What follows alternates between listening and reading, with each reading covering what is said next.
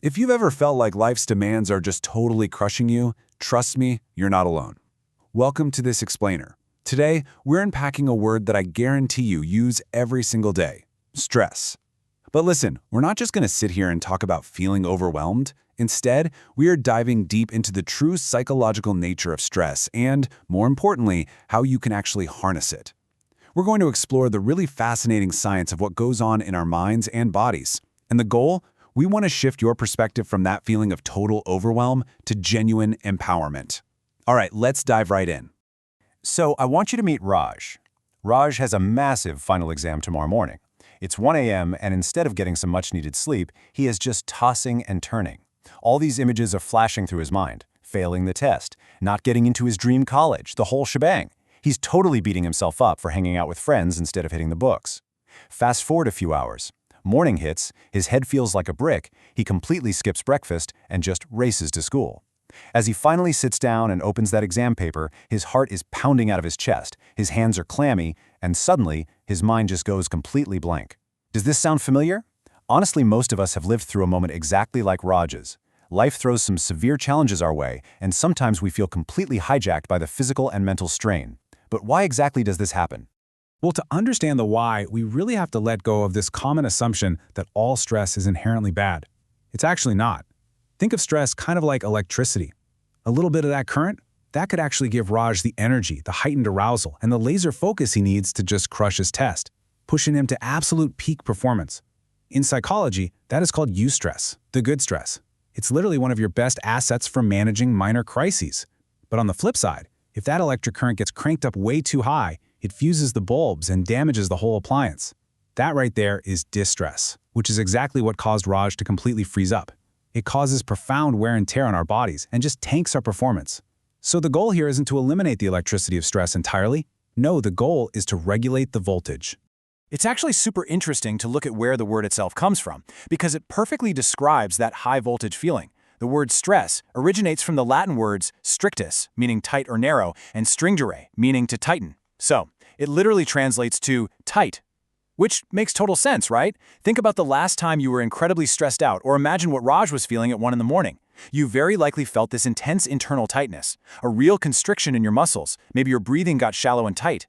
This etymology perfectly validates those literal physical sensations we all experience when our internal balance gets thrown off by the demands of our environment. Now, what's really fascinating here is the distinct separation between what actually happens to us and how we react to it. This pathway gets right to the true psychological meaning of stress. On one side, you have the cause, the external or internal stressor. For Raj, the stressor is literally just a piece of paper with ink on it sitting on a wooden desk. That's it. The stressor itself isn't the stress. The stress is his internal state, and the result, that internal panic, the biological and psychological reactions leading to a challenge that he either overcomes or that eventually leads to illness and strain. We absolutely have to separate the external event from our internal reaction to it.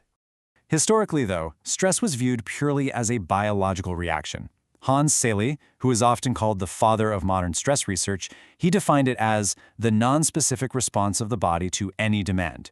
Basically, he thought that no matter what the threat was, our bodies just reacted in one generic physical way, a one-size-fits-all glitch. But as modern psychology has evolved, researchers realized something huge was missing from this view. They found that different stressors produce vastly different patterns of reactions depending on the person. So, stress is not just some generic physical response hiding in the environment, it is a highly dynamic mental and cognitive state. It's an ongoing, active transaction between you and the world around you. And that huge realization leads us straight to something called cognitive appraisal theory. This was proposed by psychologist Richard Lazarus, and it is a total game changer. Lazarus showed that our stress response is completely dependent on how we perceive and interpret an event. And it happens in 2 distinct steps. Step 1 is primary appraisal. This is where your brain is doing lightning-fast math to perceive a new environment or event and instantly classify it as positive, neutral, or negative. Step 2 is secondary appraisal, where we instantly assess our coping abilities. See, it is an active, subjective calculation. We aren't just passive victims sitting around waiting for stress to happen to us. Our brains are constantly evaluating and appraising the situation. Okay, let's zoom in on that first step for a second: primary appraisal.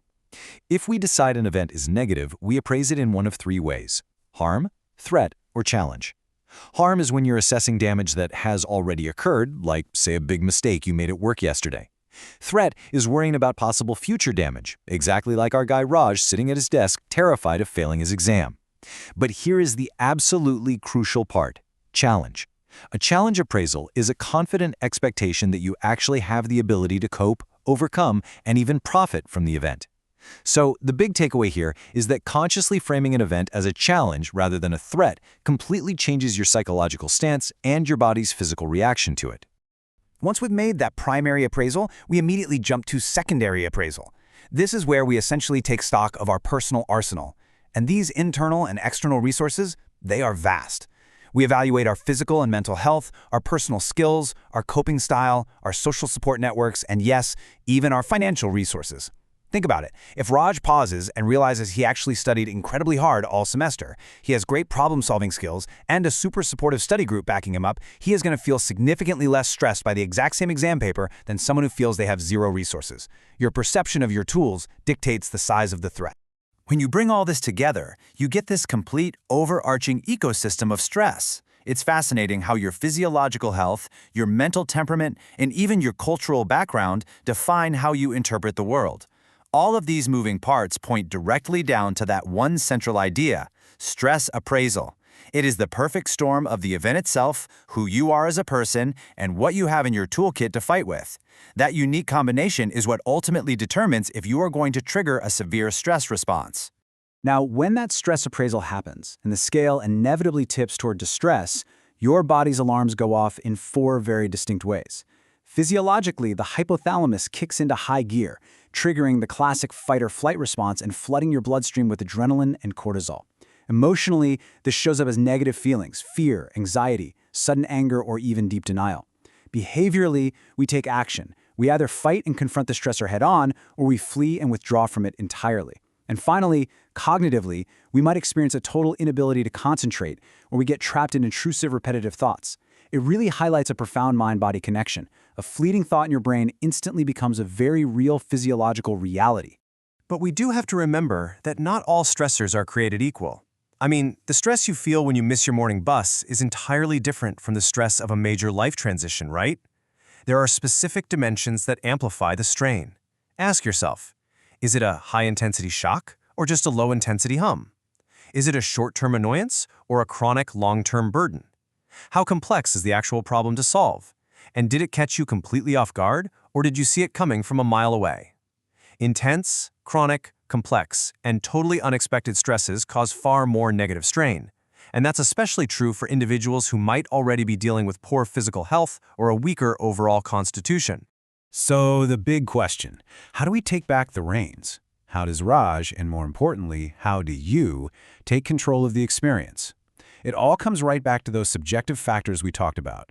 First up is past experience. If you've successfully handled similar situations in the past, your brain naturally perceives less of a threat right now. Second is controllability. Just the simple belief that you have mastery over a situation drastically minimizes the stress response. And finally, self-efficacy, your deep, core confidence in yourself.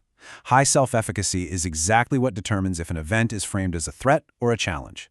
You are not just at the mercy of the current. By actively building your resources and changing your appraisal, you become the conductor of your own stress electricity. And honestly, that changes everything. As we've seen today, stress isn't just some inevitable physical crash happening to you. It is an active cognitive appraisal. It's a dynamic, ongoing interpretation of the world around you and the resources you hold within you. So armed with this understanding of cognitive appraisal, how are you going to choose to view your next big life challenge? Will you let it fuse your circuits, or will you use it to power yourself up to peak performance? Thanks so much for exploring this with me today. I really hope you leave this explainer ready to transform your distress right back into motivating, empowering eustress. Catch you next time.